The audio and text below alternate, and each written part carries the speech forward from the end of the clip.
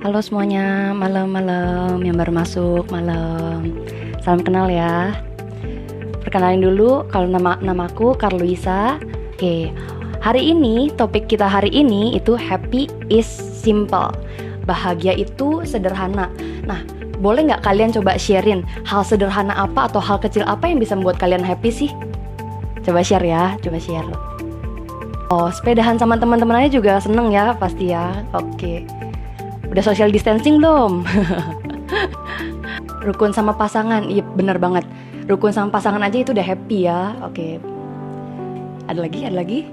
Nah, dari akun hati yang gembira ini kita tahu ya, akun hati yang gembira ini memberi kita semangat, motivasi di tengah kehidupan kita yang penuh dengan ketidakpastian ini dan yang nggak gampang ini, naik turunnya.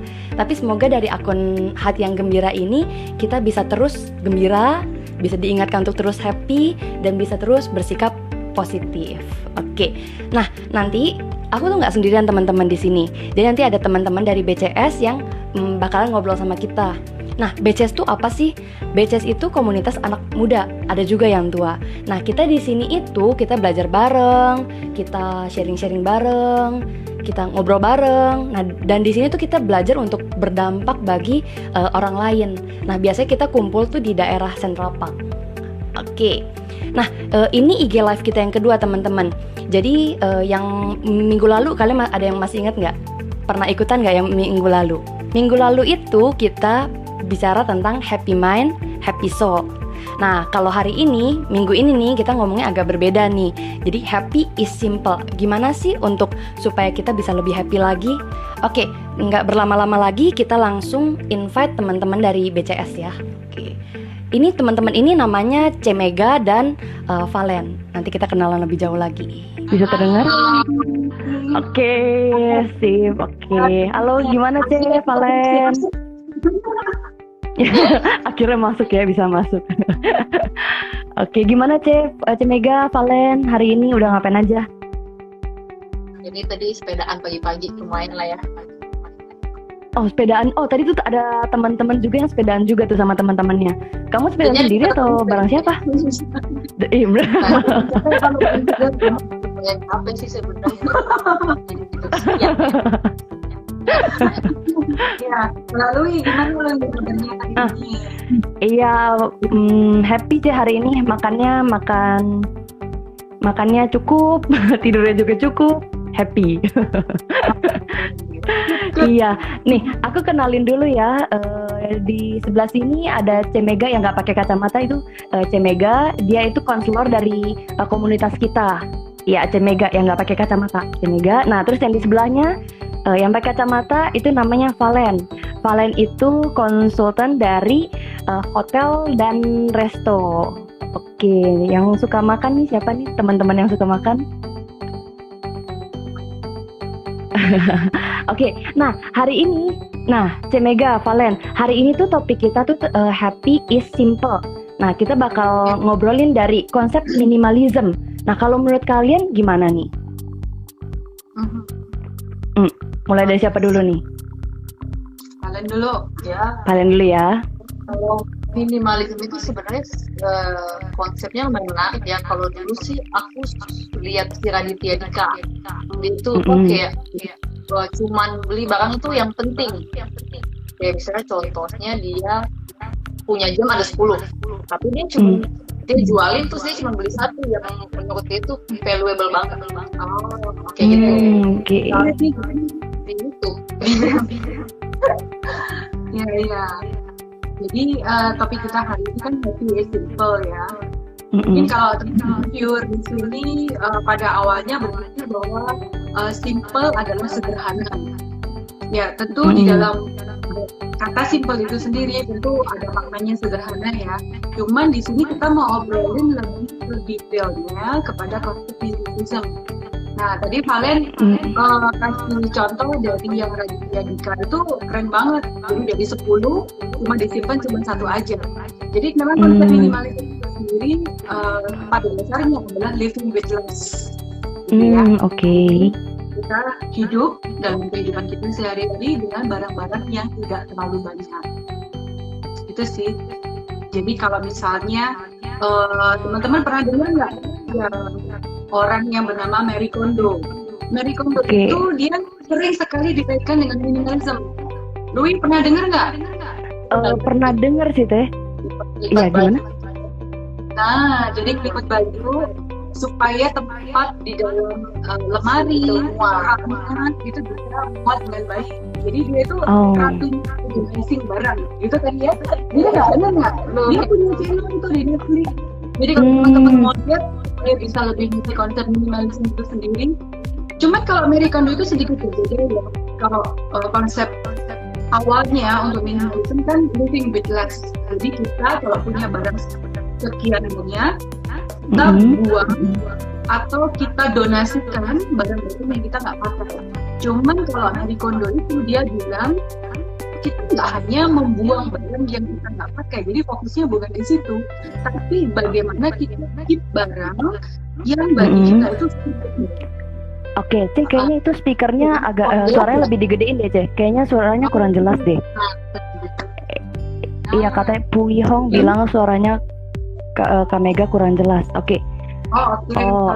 Oke, ini sekarang gimana nih? Udah jelas ya? Udah jelas? Di sini aku jelas sih. Teman-teman gimana teman-teman? Masih kedengeran? Masih. Bisa jelas nggak? Gimana kalau sekarang? Teman-teman gimana rasanya? Cukup jelas? Halo, iya, Michelle. Halo, nah itu dia bisa nih suaranya. Oh, suaranya mantul katanya. Oh, suaranya. Nah, mungkin seperti gini ya? Iya, kalau gini jelas tuh. Oke, boleh. Siapa yang? Nah udah. Itu yang maju, gitu ya. Ya. Oke, udah jelas ya suaranya. Gimana sih? Oke, jadi saya ulangi lagi ya. Jadi kalau konsep minimalism itu kan gimana kita bisa hidup dengan barang-barang yang bagi kita itu valuable atau bermakna. Jadi secara sederhana kira-kira konsepnya seperti itu. Sehingga dengan demikian kalau dari konsepnya Marie Kondo itu juga dia ngomong kalau kita bisa hidup dengan barang-barang yang bagi kita valuable itu tadi yang nggak terlalu banyak, itu bisa sparks joy. Bisa memberikan sukacita di dalam diri kita, di dalam hidup kita.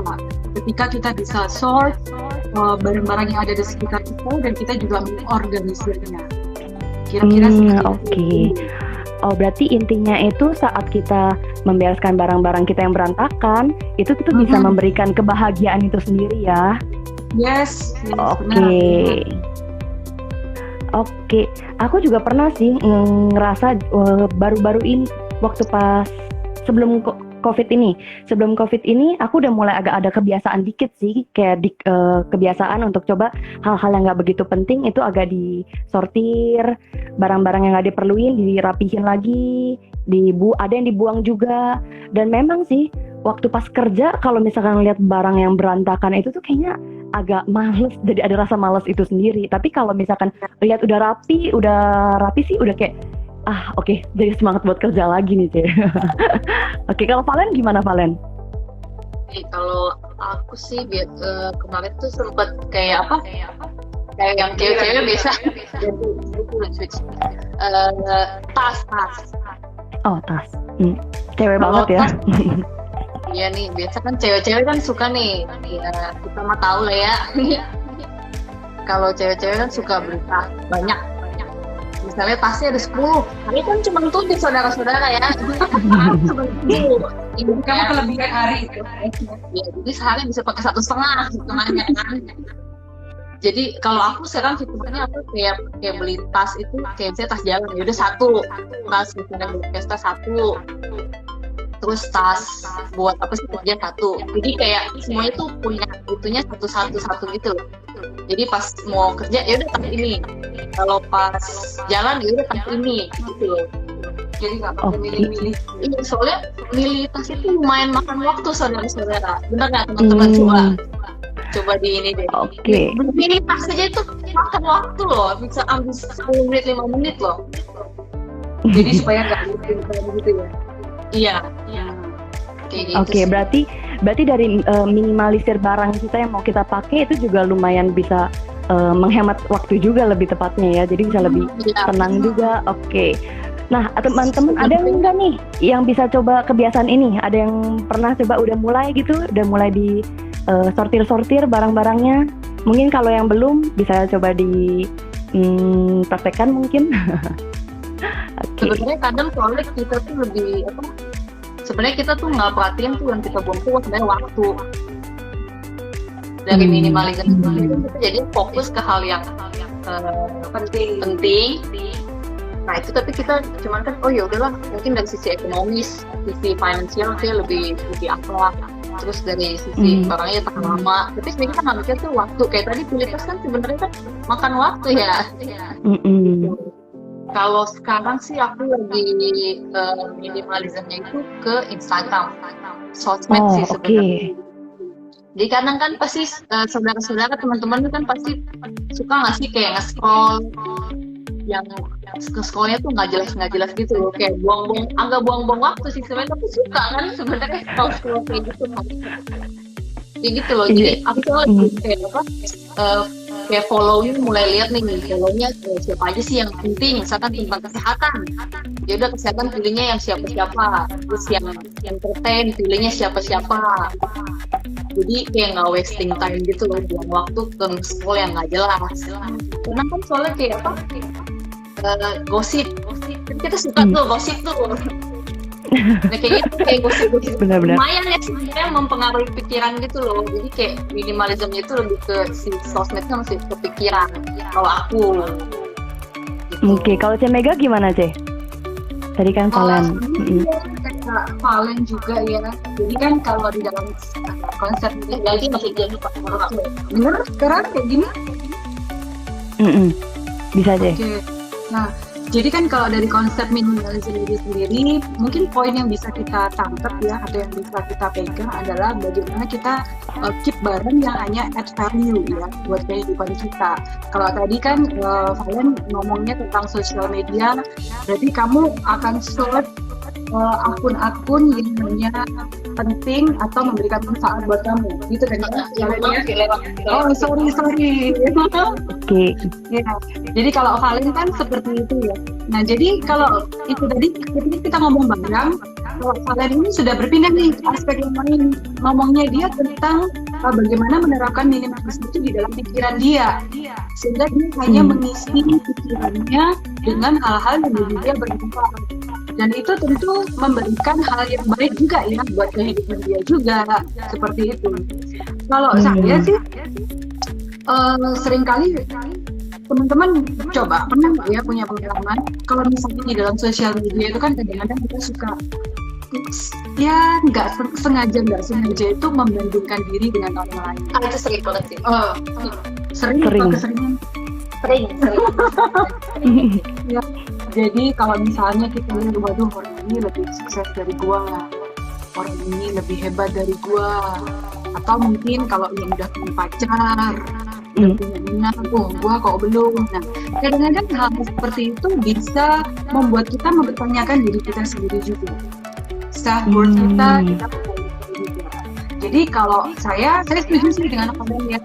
Jadi bagaimana kita bisa menerapkan ini kalau dalam sosial media itu kita belajar untuk pertama yang sort itu ya, jadi kita pilih akun-akun yang memang bagi kita bermanfaat. Kemudian yang kedua kita juga bisa justru belajar ya untuk melihat apa sih sebetulnya nilai-nilai dari diri saya itu juga baik gitu. Oke. Misalnya kita tergoda untuk membandingkan diri dengan orang lain, ya instead of kita tergoda untuk membandingkan diri, bagaimana jika kita juga belajar untuk add value di dalam diri kita sendiri juga. Jadi kita nggak terpaku dengan apa yang kita lihat, tapi kita kembalikan ke diri kita. Gimana sih kita melihat diri kita juga? Apakah, ternyata saya itu juga punya kemampuan ini kok. Ternyata saya juga bisa ini kok. Ternyata saya juga masih punya keluarga, masih punya orang-orang yang mengasihi saya juga masih punya pekerjaan. Jadi itu kan juga bisa menolong kita ya untuk bisa lebih happy juga. Oke, ya aku juga setuju sih. Teman-teman setuju nggak nih? Oke, aku juga setuju sih kalau misalkan kita tuh harus belajar untuk mensortir hal-hal apa yang masuk ke dalam pikiran kita.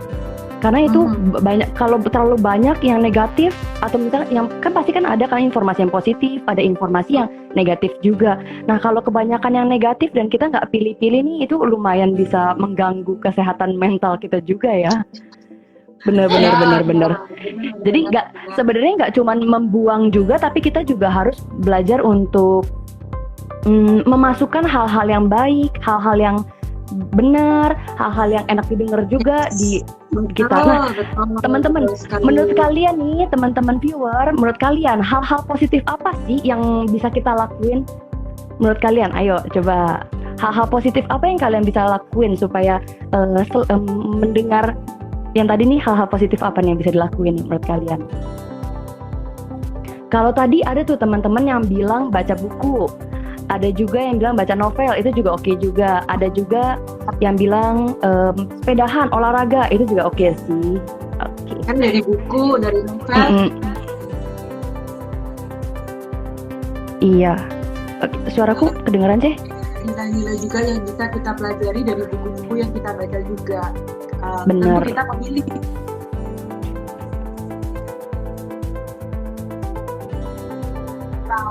Pinggirkan. Masukkan. Oke, suaraku masih kedengar sih? Masih terdengar kan? Sip, bisa. Bisa. Oke, sip. Berarti intinya belajar untuk mensortir dan membatasi hal-hal yang masuk ke dalam pikiran kita. Oke, ini kayaknya mati deh. Halo?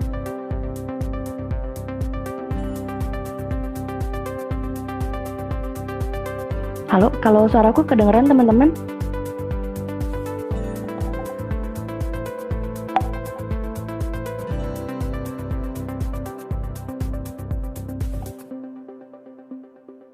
Oh, teman-teman, sorry, aku konfirmasi lagi, suaraku masih kita dengar.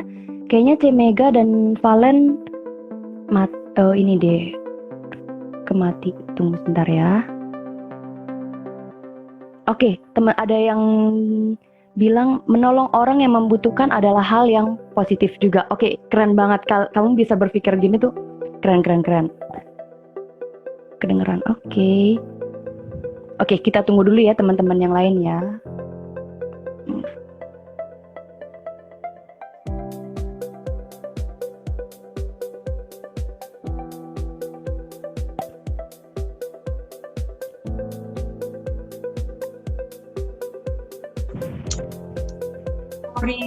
Oke, udah bisa. Oke. Nah, nih C, sekarang ada pertanyaan yang masuk nih. Gimana kalau yang bikin kita nggak happy itu ternyata tuh orang yang di sekitar kita, C? Gimana Valen? Gimana tuh? Itu nyesek banget itu. Benar. Tapi maksudnya ini nggak kayak semakin berumur kita semakin punya temen itu semakin sedikit. Mesti kalian juga merasa kayak gitu nggak? Oke, teman-teman ada yang ngerasa gitu? Katanya semakin bertambah umur kita teman-temannya makin sedikit. Setuju? Kita tunggu dulu ya, tunggu bentar. Ada yang setuju nggak?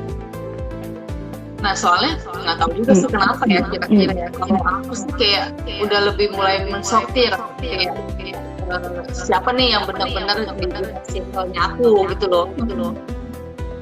Kayak kalau aku sih kalau dia udah bisa dia lewat kayak udah nggak ngechat atau udah gitu ya udahlah, mesti kita mau apa lagi, kita mau waktu sama orang itu, tapi orang itu juga nggak dekat, maksudnya nggak mau dekat sama kita gitu. Mungkin itu minimalism juga kali ya. Termasuk. Gimana sih Mega? Memilih orang yang bisa masuk ke dalam inner circle-nya, yang bisa memberikan kontribusi yang baik gitu ya, buat diri dia. Ya, itu juga termasuk sih ya di dalam konsep ini juga. Dan itu juga bisa menolong kita untuk menjalani hidup kita lebih enak juga, lebih enak juga. Nah, seringkali kalau teman-teman di sini atau lu lihat kalian pernah dengar nggak kata-kata orang yang toxic person gitu? Oh, itu lagi zaman banget tuh, Cis. Toxic itu kata-kata itu lagi zaman tuh. Lagi booming. Lagi booming. Ya, ada pengalaman nggak lu nih dengan toxic person? Mungkin yang kayak kalau misalkan kayak temennya itu suka ngeluh, terus maksudnya giliran kita mau curhat, ternyata nggak muncul gitu. Itu termasuk nggak sih? Saat kita pengen ngomong nggak ada dia. Dia ngomong ada, tapi waktu pas dia mau curhat dia ada, tapi waktu pas kita mau ngomong nggak ada. Iya, benar-benar. Jadi dia cuma mau sesuatu aja dari kita gitu kan ya. Sementara kalau kita bukan butuh sesuatu, tapi ketika kita mengharapkan relasi itu dengan dianya itu nggak mau. Nah, itu kadang-kadang bikin hatinya nggak sih? Lumayan sih. Bukan lumayan ya sebenarnya kan, agak gitu ya. Ini juga nggak enak, sungkan kita sebenarnya. Padahal mungkin membuat kita juga merasa lelah juga ya. Kalau kita mungkin biasanya sih yang saya mungkin sering alami adalah orang yang kerjanya cuma ya, selalu minta dijemput, selalu minta ditraktir, selalu maunya kalau dia telepon maunya kita yang angkat. Kalau misalnya kita nggak angkat itu dianya bisa marah gitu. Dan dia nggak peduli sama perasaan kita apakah kita memang available pada saat itu. Nah, kalau balik lagi ke prinsip minimalism ini tadi, kan kita belajar untuk memilah-milah ya, mana yang memang kalau ini kan orang ya, jadi relasi atau pertemanan, mana dari mereka ini yang bisa masuk ke dalam kita juga. Jadi mungkin kita bisa untuk menjaga kata, belajar untuk say no pada mereka. Mungkin di awal-awal kan susah ya, sebab kita itu tadi kalian ngomong sungkan ya kalian ya. Kita seringkali merasa nggak enak, nanti dipikir orang jahat. Tapi say no itu kan juga bukan sesuatu yang salah sih sebetulnya. Sebab kalau kita terus bergaul sama mereka, itu kan justru bisa merusak diri kita juga. Pergaulan yang buruk itu justru bisa merusak kebiasaan-kebiasaan yang baik juga. Atau mental kita yang sudah baik itu juga bisa rusak oleh orang-orang seperti ini. Oke. Kalau lu gimana lu? Wah, ini tadi aku setuju banget nih sama tadi Cici ngomong pergaulan yang buruk itu merusakkan kebiasaan baik ya. Nah, nih teman-teman ada nggak nih pengalaman yang kayak gitu? Yang tadi udah dikasih tahu Cemega. Ada nggak punya pengalaman-pengalaman gitu? Jadi intinya kita sambil tunggu ya. Jadi itu intinya itu kita sama teman pun juga kita harus tahu batasannya juga ya. Harus tahu batasannya, harus berani bilang say no kalau misalnya memang itu tidak membangun dan tidak baik gitu. Dan kita juga ya yang tadi aku kira tuh quotable banget tuh Ceh, yang pertemanan yang baik pertemanan yang buruk merusakkan pergaulan yang buruk. Iya, pergaulan yang buruk merusakkan kebiasaan yang baik. Salah. Iya. Teman yang baik merusak kebiasaan yang buruk. Bisa juga. Yang penting kan teman-teman nangkep kan maksudnya apa? Iya, yang pasti intinya nangkep ya. Oke. Pergaulan yang buruk merusak kebiasaan yang baik. Oke. Nah, terus kalau menurut Cece kira-kira ada cara-cara apa lagi nih Cece yang supaya untuk supaya membuang emosi negatif itu Cece? Valen, ada cara-cara? Kalau saya terbiasa juga untuk sharing ya, untuk berbagi sama orang lain gitu, untuk mengeluarkan emosi-emosi saya yang mungkin merasa nggak enak dalam kehidupan saya. Jadi kalau misalnya saya ada masalah, mungkin ketemu orang-orang yang lainnya juga, mungkin kalau ada pikiran-pikiran yang nggak nyaman juga, itu saya mengeluarkannya jadi living with less kan ya. Jadi saya mengeluarkannya dengan membagikannya kepada orang lain. Jadi membagikan beban saya kepada orang lain. Dan yang biasa kebebani masalah itu adalah suami. Oke. Oh iya, iya. Ayo bentar lagi Valen ya. Nah, kalau Valen, tempat curhat ya. oh cek katanya suara Cemega sama Valen bergaung. Coba ini gimana? Coba.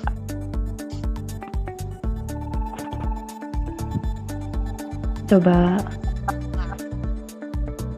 Louis, gimana? Oke, udah bisa nih ya. Apa coba? Oh bisa. Louis, Iya, minta Ceh. tolong dulu. Kita mau ganti ini ya, mau ganti gadget dulu. Louis Oke. bisa coba bacain dulu pertanyaan dari teman-teman atau tanggapan dari teman-teman ya. Oke, sip, sip, Oke, Cek. thank you. Ya, thank you. Tunggu sebentar ya teman-teman ya. Oke, ini dari Frisco Luciano. Hati yang gembira adalah obat. Bener banget. Oke, keren-keren. Hati yang gembira adalah obat. Sip. Nah, teman-teman, kan tadi kan kita udah ngomongin ya tentang bagaimana supaya bisa lebih happy lagi. Kita coba belajar untuk mensortir hal-hal, misalkan dari barang, dari pikiran, dan dari emosi-emosi kita juga. Nah, sekarang aku pengen tanya teman-teman nih, kalau menurut kalian nih, kalau udah ngerasa overload banget, apa sih yang biasa kalian lakukan? Kalau misalnya udah kayaknya otak tuh penuh banget, udah overload kayaknya, apa sih yang kalian lakukan? Coba bisa sharing ya. Kalau tadi Cemega kan dia bilang dia sharing sama pasangannya. Nah, kalau kalian gimana nih? Apa yang biasa kalian lakukan kalau misalkan udah overload banget, udah kayak full? Oke, kita tunggu juga. Tarik nafas. Oke, itu keren juga. Tarik nafas. Ada lagi?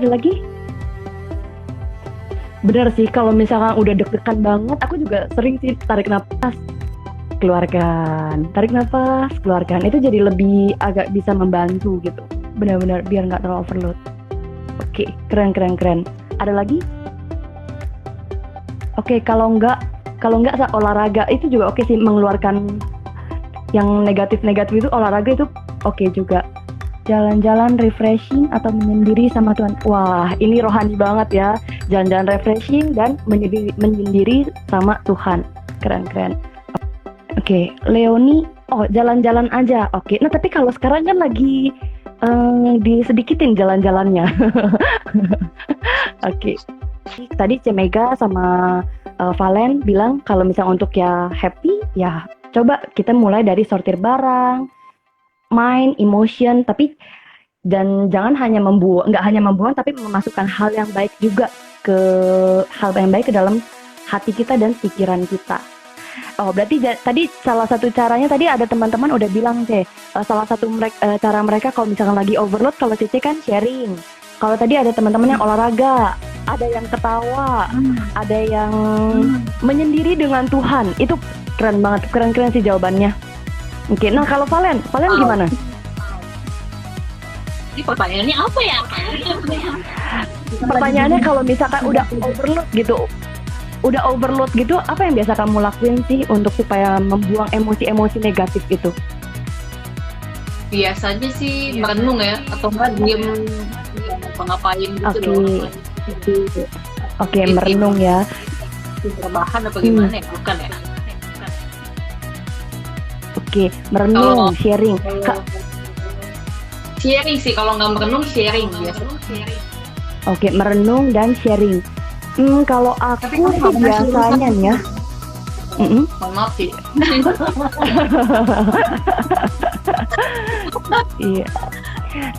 Iya, kalau tadi kan Cece sharing, kalian berdua sharing ya. Kalau aku kalau misalkan lagi nggak ada orang yang buat di-sharingin, misalkan, aku sih biasanya journaling gitu, Jadi kayak nulis diary di HP kalau misalkan nggak ada di saat itu tuh nggak ada pulpen, ya aku pakainya HP, tulis di notes HP. Kalau misalnya ada lagi sebel atau lagi capek atau lagi banyak pikiran, aku tulis tuh yang aku pikirkan, aku tulis dalam HP supaya maksudnya sekalian mengorganisir pikiran dalam otak kita. Oke. Sip, masih gaung ya? Udah oke nih? Iya. Coba sedekat Ini kita deket banget ya. Waktu itu udah membersihkan diri lagi. Oke. Mandi. Nah, oke udah ya berarti ya. Nah, Cez, sekarang ada pertanyaan lagi nih. Kalau misalkan, kan tadi kan kita harus batasin informasi-informasi karena mungkin ada banyak hal yang mengganggu kita. Nah, gimana kalau misalkan kalau yang mengganggu kita itu, maksudnya yang bikin kita nggak happy itu keluarga, Cez. Kan itu kan tiap hari ketemu, Cez. Nah, gimana tuh, Cez? Ya, itu mungkin adalah sesuatu hal yang membutuhkan proses yang lebih dalam sih ya. Kalau misalnya itu tadi maksud melalui kalau kita punya rasa luka dari keluarga kita gitu ya, Lili ya. Ya. Jadi tadi yang kita udah bahas dari tadi ya, kayak sharing, kayak journaling, itu kan bagus ya untuk mengurangi sampah-sampah di kita. Tadi teman-teman juga jawab berolahraga. Nah, karena melakukan olahraga itu memang mengeluarkan hormon yang bisa bikin kita happy. Dengan demikian kita juga akan merasa plong juga. Tapi bagaimana jika tidak orang-orang itu yang membuat hati kita terluka, tapi itu orang-orang dekat kita. Caranya itu tidak bisa adalah kita belajar untuk mengampuni mereka. Karena orang-orang ini kan dekat dengan kita ya. Jadi mungkin rasa sakit yang kita rasakan itu lebih berat. Jadi melakukan hal-hal seperti olahraga, sharing atau jurnal mungkin membantu. Cuman tanpa kita belajar untuk mengampuni mereka, rasa plong atau kelegaan di dalam batin kita itu akan tetap terasa kurang. Karena dengan mengampuni kita itu seperti melepaskan beban gitu. Kan kalau kita udah rasa sakit, luka hati, kejengkelan, kemarahan, kepahitan, itu kan memenuhi pikiran, memenuhi perasaan kita. Nah, ketika kita mengampuni, kan hal-hal yang berat itu seperti kita lepaskan, seperti tinggalkan. Jadi dengan demikian kita bisa merasakan joy itu juga dalam hidup kita. Kita bisa merasakan happy itu juga.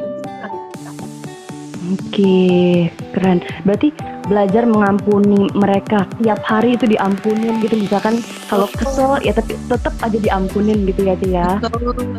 Oke. Oke, berarti itu konsep minimalisme ini sebenarnya menarik sih. Kalau yang udah aku saya jalanin, terlepas itu komit banget atau nggak komit banget ya. Jadi itu kayak kalau disimpulin tuh dia punya tiga apa ya namanya, pokoknya tiga inilah dari konsep minimalism itu bisa dapat happiness. Yang kedua fulfillment. Karena kan kita cuma fokus ke hal yang penting. Terus yang ketiga itu kita bisa dapat freedom. Kita nggak peduli sama yang lain, kita fokus ke hal yang tadi, hal yang cuma kita penting. Makanya jadi mungkin jadi ke Tuhan itu lebih enak sih. Karena kita fokus kita tuh udah kemana-mana ke hal-hal yang tidak penting. Betul. Oke, berarti dengan cara yang tadi di atas yang tadi kita udah bahas itu juga sama juga kayak memberikan ruang buat Tuhan tuh kita bisa berelasi dengan Tuhan ya. Oke. Jadi kalau kita bisa mencoba ya untuk belajar membuang hal-hal yang buruk, hal-hal yang tidak memberikan manfaat di dalam diri kita, di pikiran kita yang membebani kita, atau di dalam hati kita yang sangat membebani hati kita. Kalau kita mampu untuk membuang itu kita juga bisa memiliki ruang yang lebih besar untuk berrelasi dengan Tuhan. Kita bisa juga untuk mengatur prioritas kita, misalnya dengan doa. Ketika hati kita lebih lega juga, kita juga memiliki hati yang bisa mengucap syukur juga. Benar nggak? Oke, benar sih, benar. Belajar mengucap syukur, jadi bisa mengucap syukur ya. Ya. Oke. Nah, kalau teman-teman gini, kalau menurut kalian akan berencana untuk decluttering apa nih? Apa yang kalian mau minimalisir? Minimalisir barang kah? Atau pikiran kah? Atau main kah? Atau emosi? Menurut kalian mana nih yang akan kalian lakukan setelah ini? Coba boleh di-sharingkan?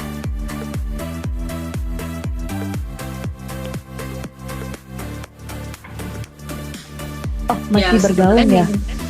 Iya, susah sih kalau bergaul, gimana ya? Itu juga Mana ya? Oh, ini Semoga Valen, Francisco benar-benar bilang jauh. pikiran. Oke, Heri Kurniawan bilang sosial media decluttering. Oke, tadi kita udah ngobrolin juga ini. Oke. Jadi kalau sosial media decluttering itu bisa dua-duanya sih ya, bisa bersihin mind dan juga bisa bersihin hati kita juga. Oke, keren. Jadi intinya dari tadi kita udah ngobrolin gimana sih supaya bisa lebih happy dengan cara tadi udah diomongin dengan minimalisir tadi contohnya sosial media, barang, dan pikiran. Iya, oke. Dan nggak cuma hanya membuang, tapi kita juga mulai coba masukin hal-hal yang baik dan hal-hal yang benar ke dalam otak kita supaya nggak full gitu. Beresin waktu scrolling nggak penting. Sama tuh tadi tuh. Ya. Dan mungkin kalau secara emosi kan Lui ya, kita perlu concern dengan hal-hal yang membebani hati kita ya. Kita perlu belajar juga untuk membuang hal seperti itu tadi, kegeraman, perasaan nggak nyaman, kemarahan, nggak terima dengan orang-orang di sekitar kita, dengan teman-teman kita, maupun mungkin jika ada yang dari interview dengan keluarga kita juga. Oke. Berarti ini kayak satu siklus gitu ya. Jadi maksudnya kalau misalkan kita jiwa kita oke, di dalamnya juga oke, terus lebih ada ruang buat kita juga bisa lebih menuju ke Tuhan gitu, berelasi dengan Tuhan. Dan itu vice versa juga.